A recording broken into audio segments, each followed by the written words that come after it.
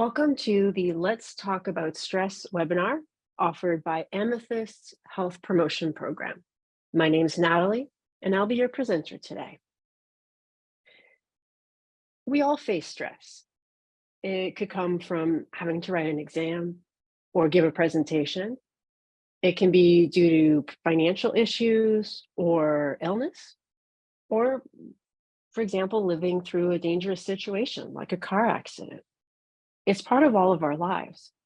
But surprisingly, very few of us know what stress really is, how it impacts us, and what we can do to mitigate some of its negative consequences. That's what this webinar is all about. We'll look at the what of stress, the how of stress, and examine techniques that you can take on in your daily life to reduce its negative impacts. So what is stress? Stress can be defined as any type of change that causes physical, emotional, or psychological strain. Stress is your body's response to anything that requires attention or action. And importantly, it really is dependent on your interpretation of an event. What is stressful for one person might not be for others. For example, if you have to give a big presentation, you might find it stressful while someone else might not. But if you're writing an exam, maybe you don't find it stressful while someone else does. So it's important to know what's stressful, but specifically, what do you find stressful? Now, stress isn't all bad. We need some of it because it can be stimulating and motivating. It can alert us to danger. But it becomes bad when it starts to interfere with our daily functioning. When we face challenging situations, we react to the stress response of fight or flight. And it starts to get expressed in our brain and through our body. As soon as we perceive stress, our bodies send out chemical messengers, stress hormones, to help our body deal with the situation. So let's look into that a little bit more. What are the symptoms of stress? There are physical, behavioral, emotional, and cognitive symptoms that we should examine.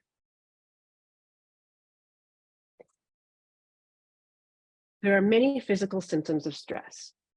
I'll name a few here just to give an example. It could express itself as difficulty sleeping. You're feeling stressed about something that's going to happen tomorrow, and so you can't fall asleep. It could also be muscle pain or back pain, so we can really feel it in our bodies. You could have rapid heartbeat and palpitations when you go up to speak in public.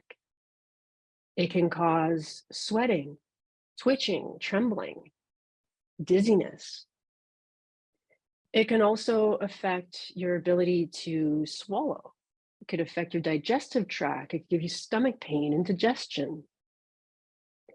It could also create a sense of agitation. We all react a little bit differently to stress. Not a bad idea to take a few moments to think, how do you tend to feel stressed? Where does it feel in your body?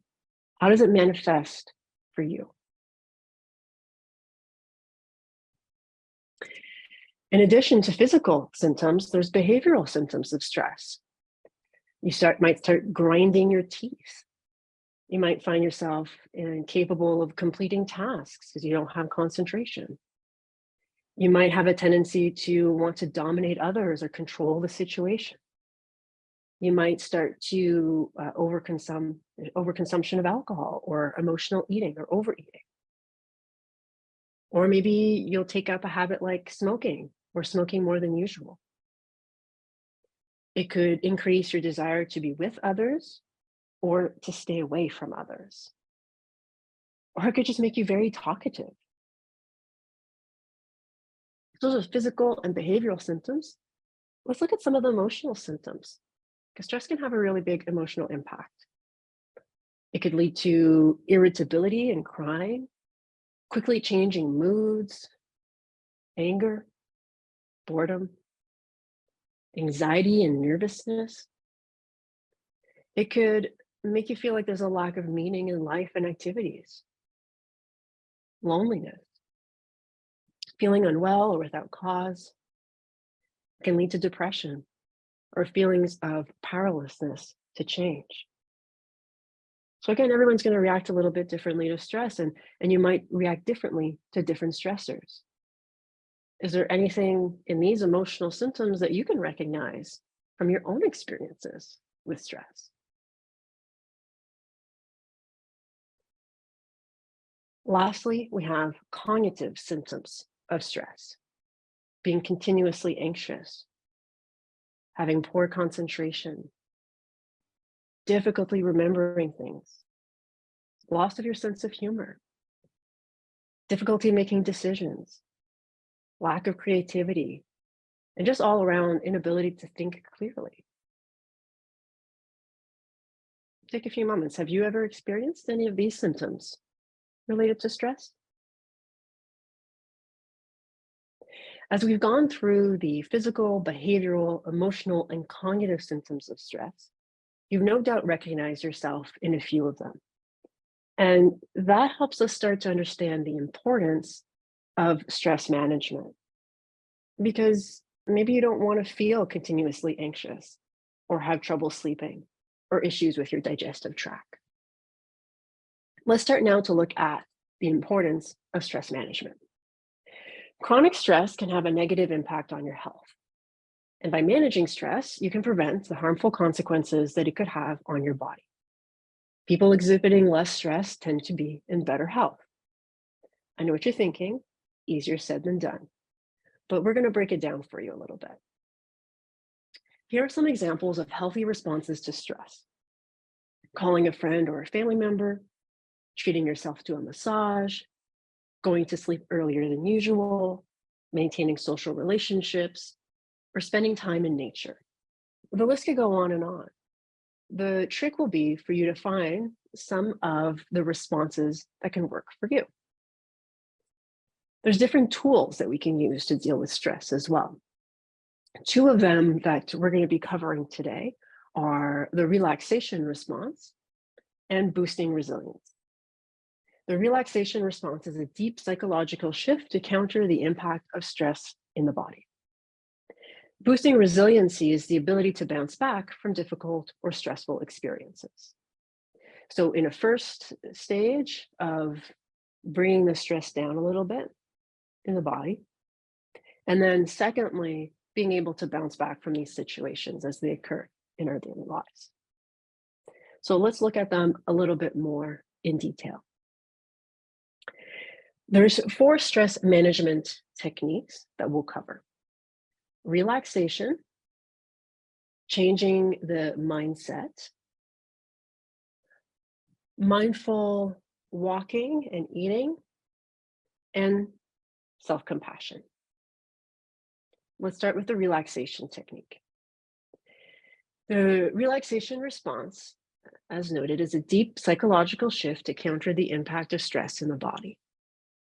The relaxation response puts the brakes on the runaway biological changes that put us into overdrive. It can be really useful if you're feeling overwhelmed or if things are getting away from you. It has certain principles. So what's fundamental is that you choose the method that you find best interrupts the train of everyday thoughts by letting you focus on a word, phrase, prayer, repetitive activity. These are some examples that you might find useful. Focusing on your breath, doing a body scan, doing guided imagery, mindful meditation, yoga, tai chi, or repetitive prayer. By the way, you can find YouTube videos that'll guide you through many of these activities if you're new to them. When we're looking to elicit the relaxation response, it's a 2-step process. The first is to choose a calming focus. Could be your breath, right? Focusing on inhalation and exhaling. It could be a sound like the could be a short prayer, could be a positive word like peace, or a short phrase like I am relaxed. Repeating this out loud or even silently as you inhale and exhale will start the process of relaxation. Step 2 is to let go and relax. Don't worry about how you're doing. When you notice that your mind has started to wander from your sound or your phrase, simply take a deep breath or say to yourself, thinking, and gently return your attention to your focus, right? So it's not a clear-cut process where suddenly you start repeating your word like with your breath and everything goes away. You're going to get distracted. You're going to get pushed in different directions because you're feeling stress in your body. But just gently bring yourself back to whatever your focus might be, your breath, a sound, a phrase, and repeat this process for a bit of time. It helps if you can practice daily, maybe when you wake up in the morning or before you go to bed at night. The second technique is changing your mindset. It's about harnessing the upside of stress and how stress can be used efficiently. Okay? So don't try to deny it.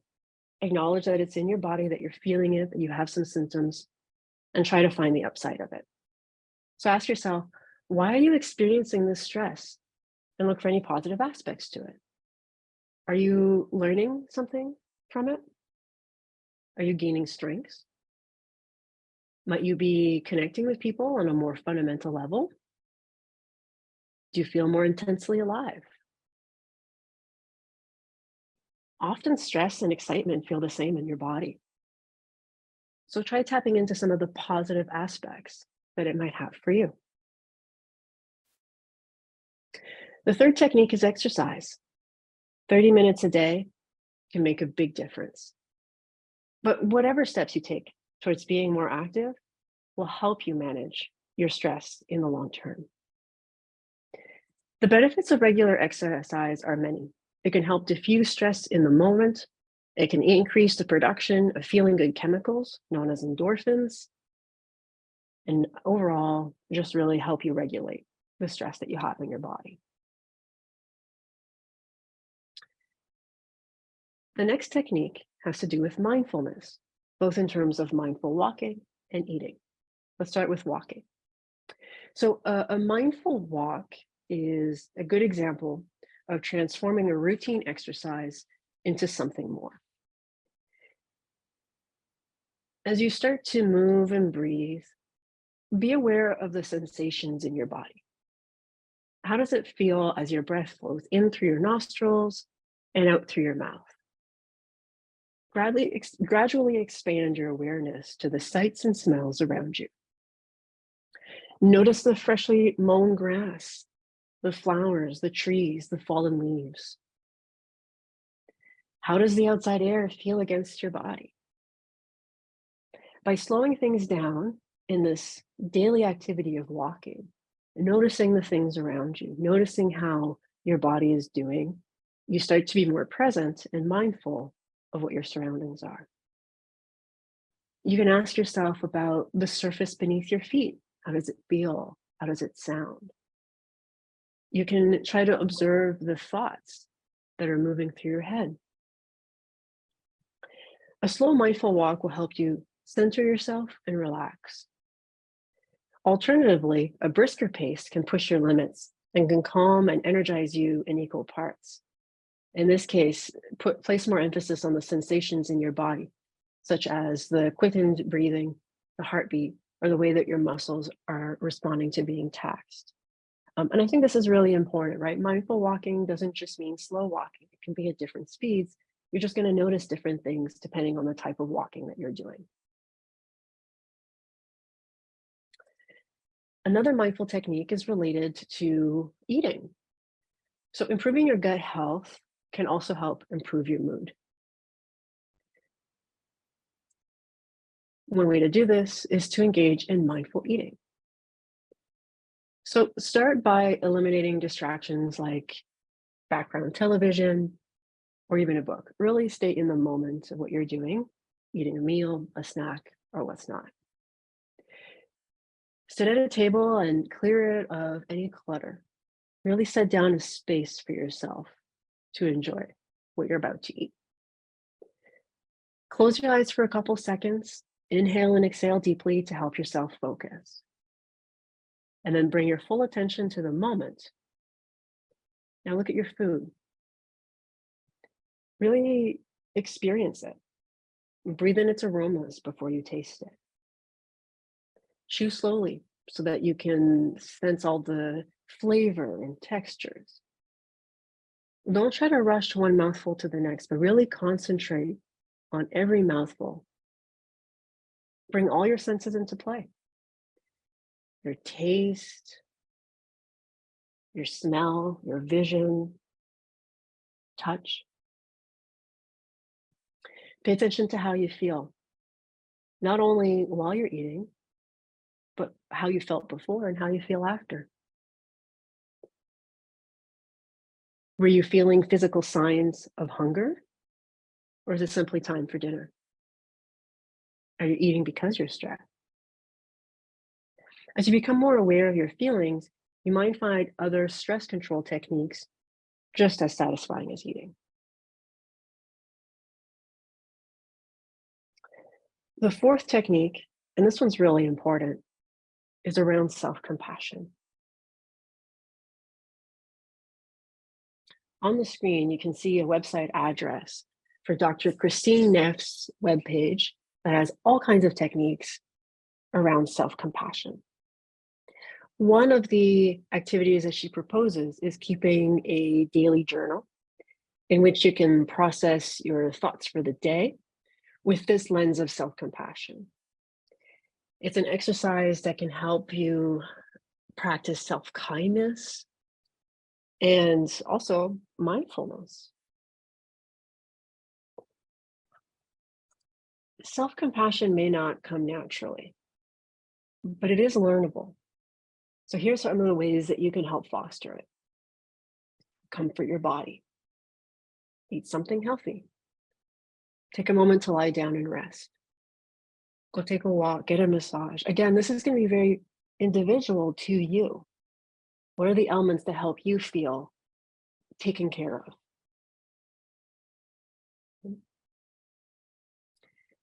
Anything that you can do to improve how you feel physically gives you a dose of self-compassion, and you deserve it. So give yourself some encouragement. Think about what you would say to a good friend in the same situation that you're in. We're often a lot more difficult on ourselves than others. So this can help kind of reframe things. Would you really talk to a friend the way you talk to yourself? Direct these compassionate responses towards yourself when you're frustrated or angry with yourself. It's maybe the most important time to do it. Try loving kindness meditation, another great technique offered by Dr. Christine Neff. There's even a whole school of meditation that helps develop self-compassion. And again, if you look on YouTube, you'll be able to find some examples. So those are 4 techniques for managing stress in your life. We have the relaxation technique. We have changing your mindset, exercise, mindfulness, and self-compassion. But there's a lot more. Here's a limited list of some of the strategies that can help you face stress. I encourage you to take a few moments to pause the video to look through and see which ones you think might be useful for you.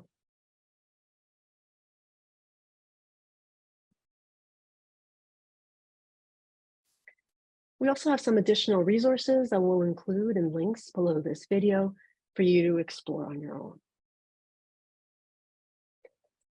This brings us to the end of our webinar. Let's talk about stress, brought to you by the Health Promotion Program at Amethyst.